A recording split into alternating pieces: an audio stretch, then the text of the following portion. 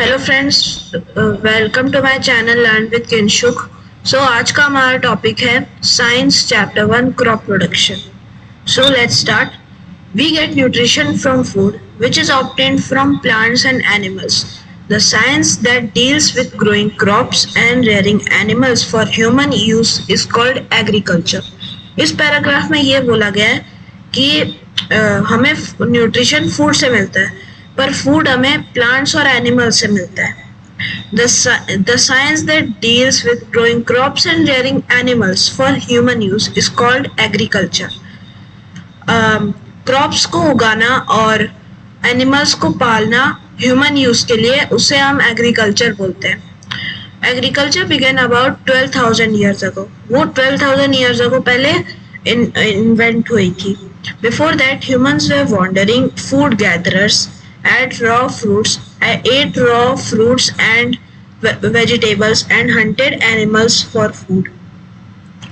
Agriculture के पहले लोग इधर से उधर फूड को सर्च करते थे, कच्चे फ्रूट्स और वेजिटेबल्स खाते थे और एनिमल्स को हंट करके उन्हें खाते थे.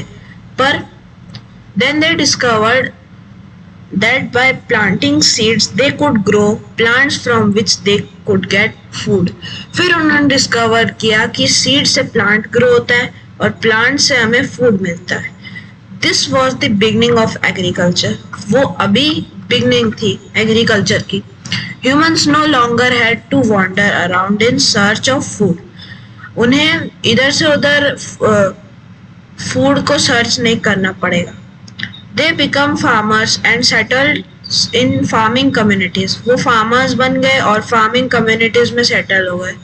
They also started domesticating animals for food and other purposes. उन्होंने जानवरों को भी पालना चालू कर दिया उनके फूड के लिए और other purposes के लिए.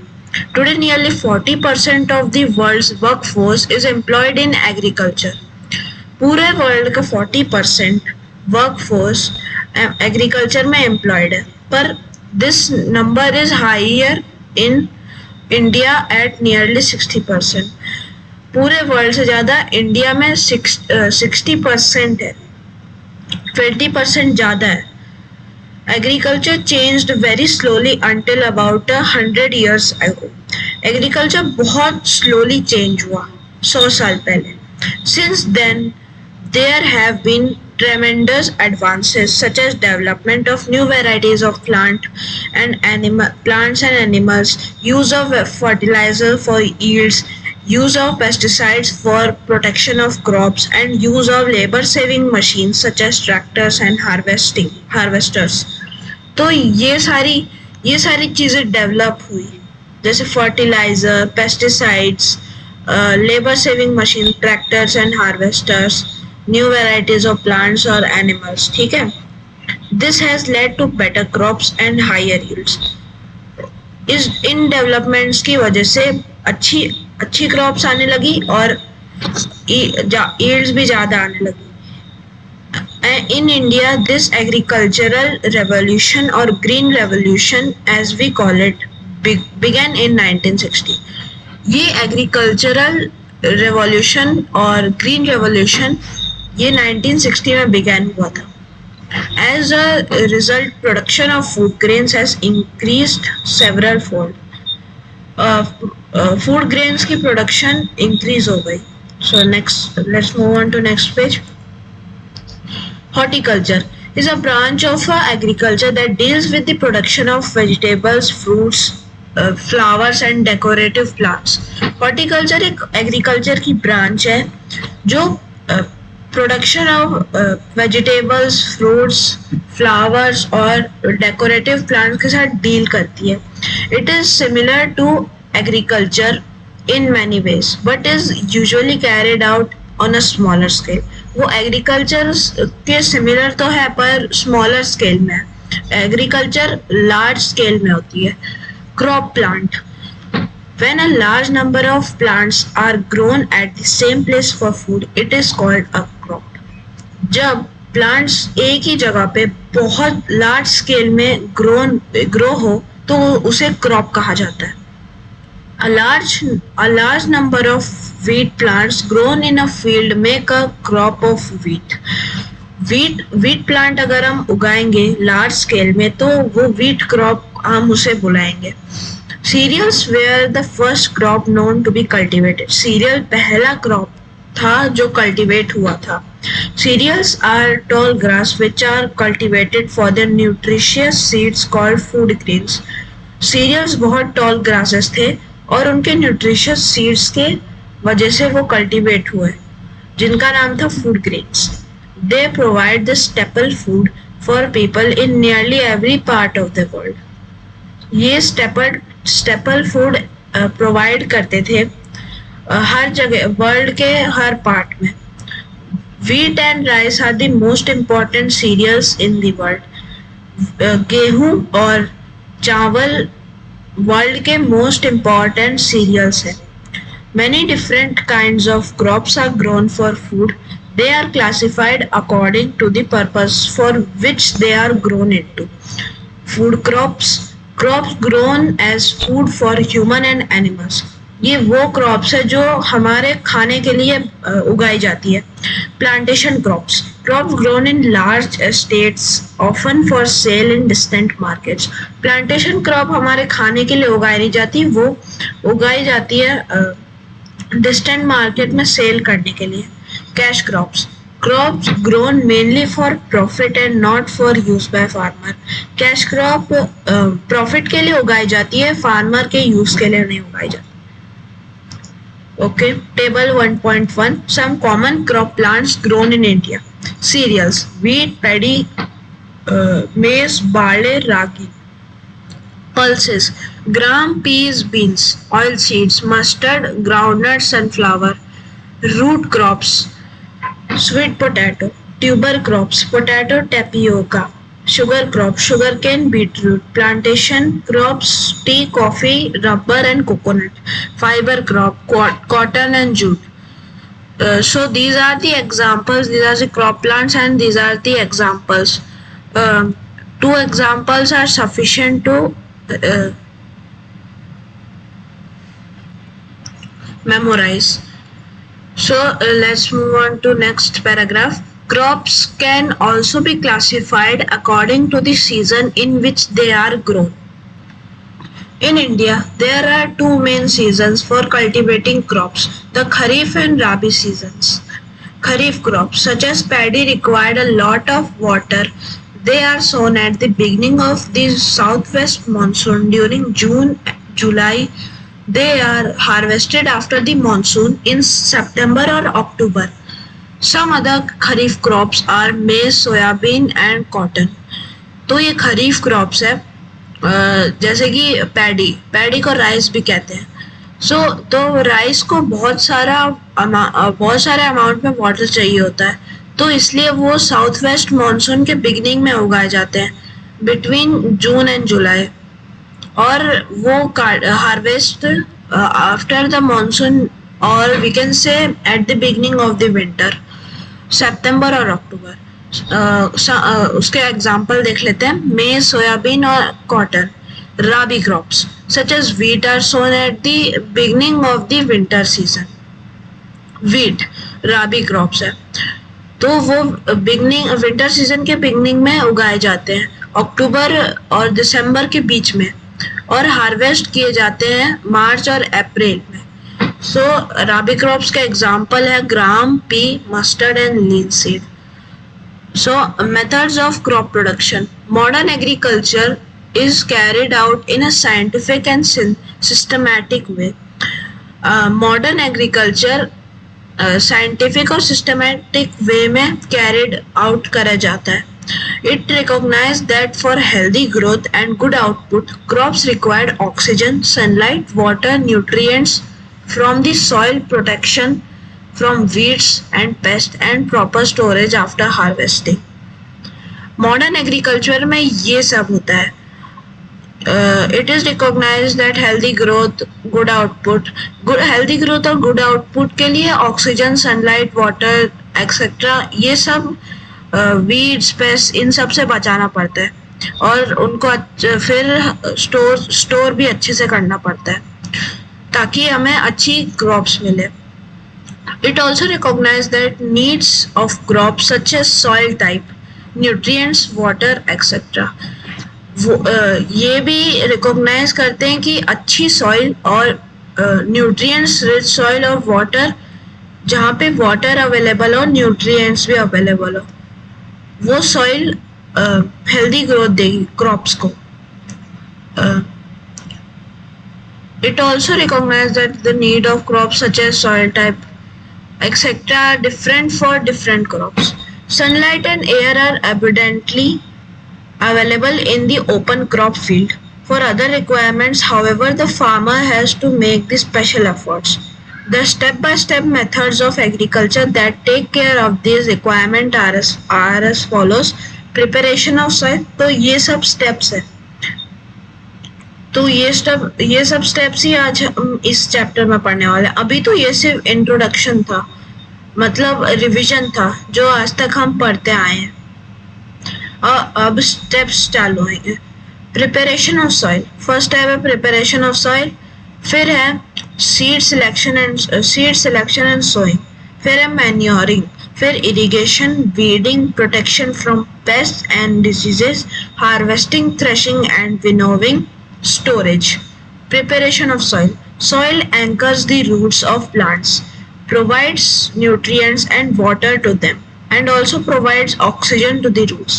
The microbes and the other organisms such as earthworms in the soil help to keep it fertile. इसमें ये कहा गया है कि soil anchors the roots of plants, provides nutrients and water to them. Soil roots को nutrients और water provide करती है और ऑक्सीजन भी. The microbes and other organisms such as earthworms in the soil help to keep it fertile. मतलब soil organism earthworm जैसे है, वो सॉइल को फर्टाइल रखने में मदद करती है. So let's move on to next page. Okay. Preparation of the soil involves loosening and turning it. This has the following advantages. So इसमें हम जानेंगे कि loosening और turning के advantages क्या है. Loose soil has a lot of air trapped in it, which is used by the roots to breathe easily. Loose soil बहुत loose रहती है और वो एयर को इजीली ट्रैप कर लेती है और रूट्स उसको ब्रीथ इजीली कर पाते हैं. Loose soil allows the roots to penetrate deeper, thus securing the plant more firmly. Loose soil बहुत लूज होती है तो इसलिए रूट बहुत अंदर तक जा सकती है. तो जितना रूट्स अंदर तक जाएगी उतना प्लांट सिक्योर रहेगा. Loose soil helps the growth of earthworms and microbes in the soil. They provide nutrients to the soil and aid in further loosening of the soil. Loose soil growth earthworms की और microbes जो soil में रहते हैं उनकी growth में help करती है और उन्हें न्यूट्रिएंट्स भी प्रोवाइड करते हैं. और फिर अर्थवर्म्स लूज सॉइल को और लूज करते हैं. Turning and loosening of the soil brings nutrient-rich soil to the top. Plants can then absorb these nutrients more efficiently. Turning and loosening of the soil. ये दोनों प्रोसेस करने से nutrient-rich soil top में आ जाती है, एकदम टॉप में.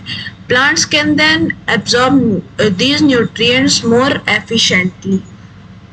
फिर प्लांट न्यूट्रिएंट्स को और अच्छे से अब्सॉर्ब कर पाएगी. Loose soil mixes more uniformly with fertiliser. Loose soil fertiliser के साथ और अच्छे से मिक्स हो जाती है. The process of loosening and turning the soil is called tilling और प्लफिंग.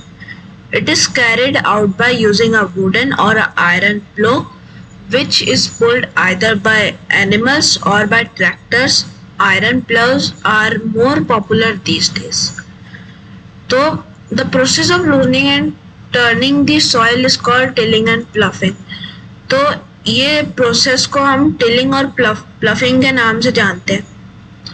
तो इस प्रोसेस को हम वुडन और आयरन प्लो से करते हैं, और एनिमल से करते हैं या तो ट्रैक्टर से करते हैं।